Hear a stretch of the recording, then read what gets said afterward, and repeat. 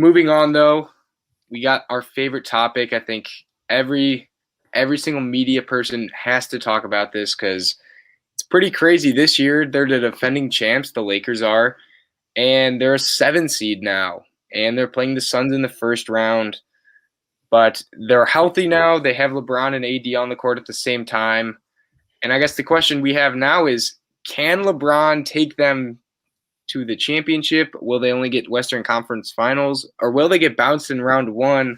Nolan, how far do you think LeBron James can take the Lakers this year? So I think with that question, the biggest thing is obviously injuries. Him and AD, if they can stay healthy, I really do think they could make a return to the finals. I could totally see it happen. However, this first series is I'm most interested in this series because I really do think they could be beat first round. I think the Suns team has momentum. They're clicking together, got the chemistry, and I think the Lakers could go home first round.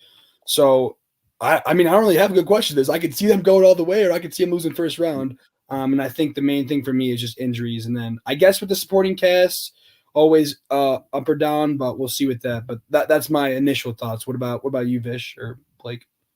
Yeah, I'm 100% with you on this one. To me, it's either first round or they're going to the finals. This Suns team, to me, is going to be their toughest opponent. And I mean, obviously injuries, like, on one hand, I feel like LeBron's okay because he's always been okay. But then I think back to the groin when he came back in 2019 and he was healthy but hurt. And like you had Mario Hezonja blocking him and all of that. And he clearly wasn't as explosive. And I thought the playing game against the Warriors, I thought it looked bad from the Lakers' perspective. I thought they played a pretty bad basketball game. Now, they did enough to win. LeBron hit a crazy shot, but it didn't look like something where I feel like, oh, I'm confident, especially when I feel like they have their toughest series up front.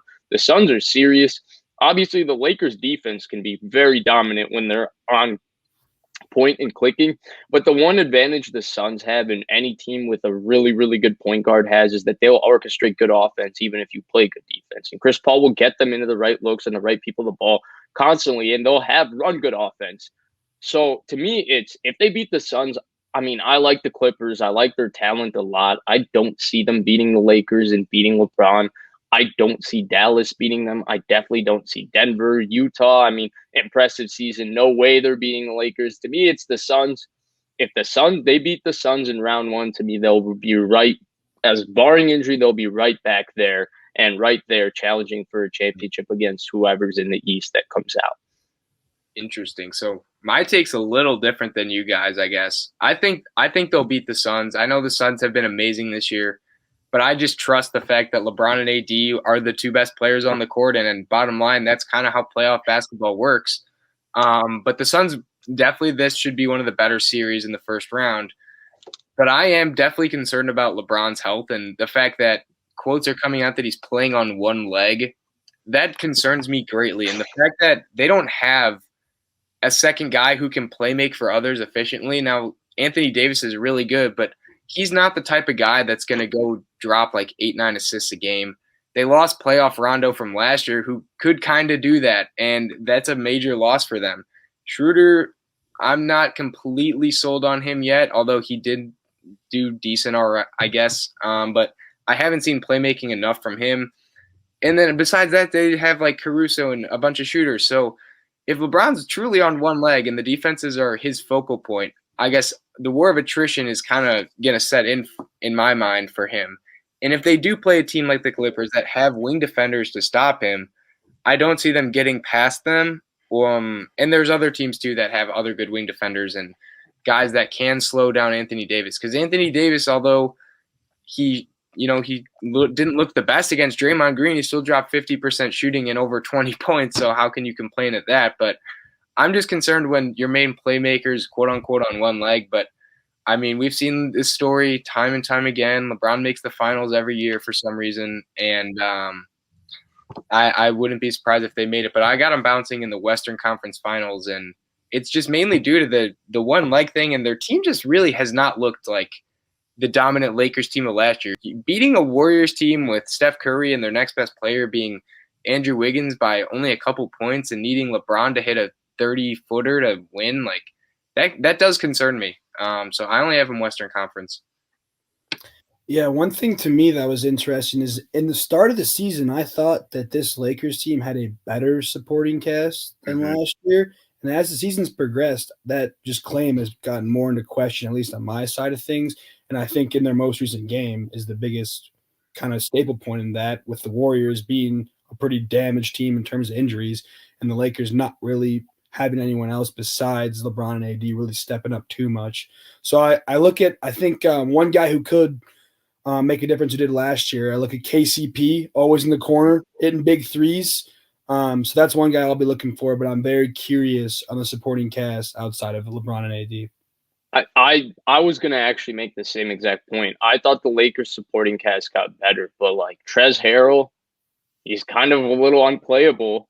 And Dennis Schroeder is way too indecisive and way too inconsistent as a defender, where it's like you can play him only 30 minutes. Like they look better with Caruso on the floor just because when Yeah. you pass it to Caruso, he's ready to shoot. And Dennis Schroeder has that weird little pump fake and then takes the half jab step and then goes into the lane and does some floater where he falls over looking for a call. It's not working as smoothly as I thought it would, even though Dennis Schroeder is a very good player and Montrezl Harrell is a former sixth man of the year, and then Kuzma is kind of a wild card. I just think there's too much inconsistency, and I think they missed the energy that JaVale McGee and Dwight Howard brought. They didn't do that much, but they played very good defense, which all the Lakers do, besides maybe Montrezl Harrell. And they brought a lot of energy, and I think they missed that a little bit.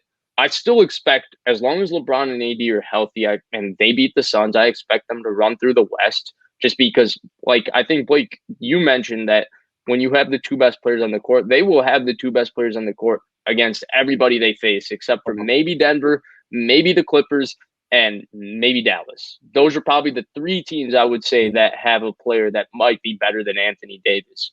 So, from that standpoint, they should be okay. But yeah, I do think there's a little more cause for concern just because you're so unsure about LeBron's health. Definitely. And I wanted to bring up too, JaVale McGee is such an upgrade over Andre Drummond in my mind, and the fact that he knew what he was doing. All he was there was dunking and rebounding, and there was nothing more. You didn't need to post him up, but I feel like with Drummond, like they post him up like way more than necessary. Like he's really not the best offensive player. Like he snags boards, and that's great, but when he snags boards and just misses a layup, it's really not like it's a net negative because you're not really gaining anything from it. And his offense is just bully ball, but I feel like that's just not going to work with playoff intensity and facing the better center. So in a way, almost JaVale McGee is just such a better fit. And maybe Marcus Gasol's a little too old and slow, but I feel like he stretches the floor a lot better for them and provides way, way, way better passing. But yeah, I think the inconsistencies with the supporting cast, and maybe they will figure it out because I mean, last year they did with Rondo and KCP just absolutely electric from the corner, and you know Kuzma can always turn it on sometimes, but it's tough to say because this Lakers team this year has just not looked as good as I guess we all thought they would.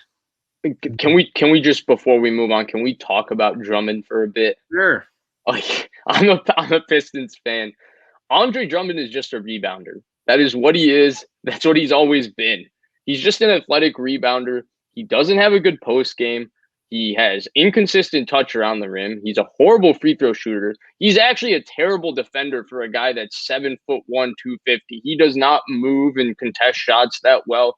He is really a liability for them. And if they do beat the Suns and they have to play Nikola Jokic in the second round, I promise if Andre Drummond's playing 30 minutes a night, which he shouldn't, Nikola Jokic will average 35 in that series because I watched Joel Embiid every time they played the Sixers, baby Andre Drummond.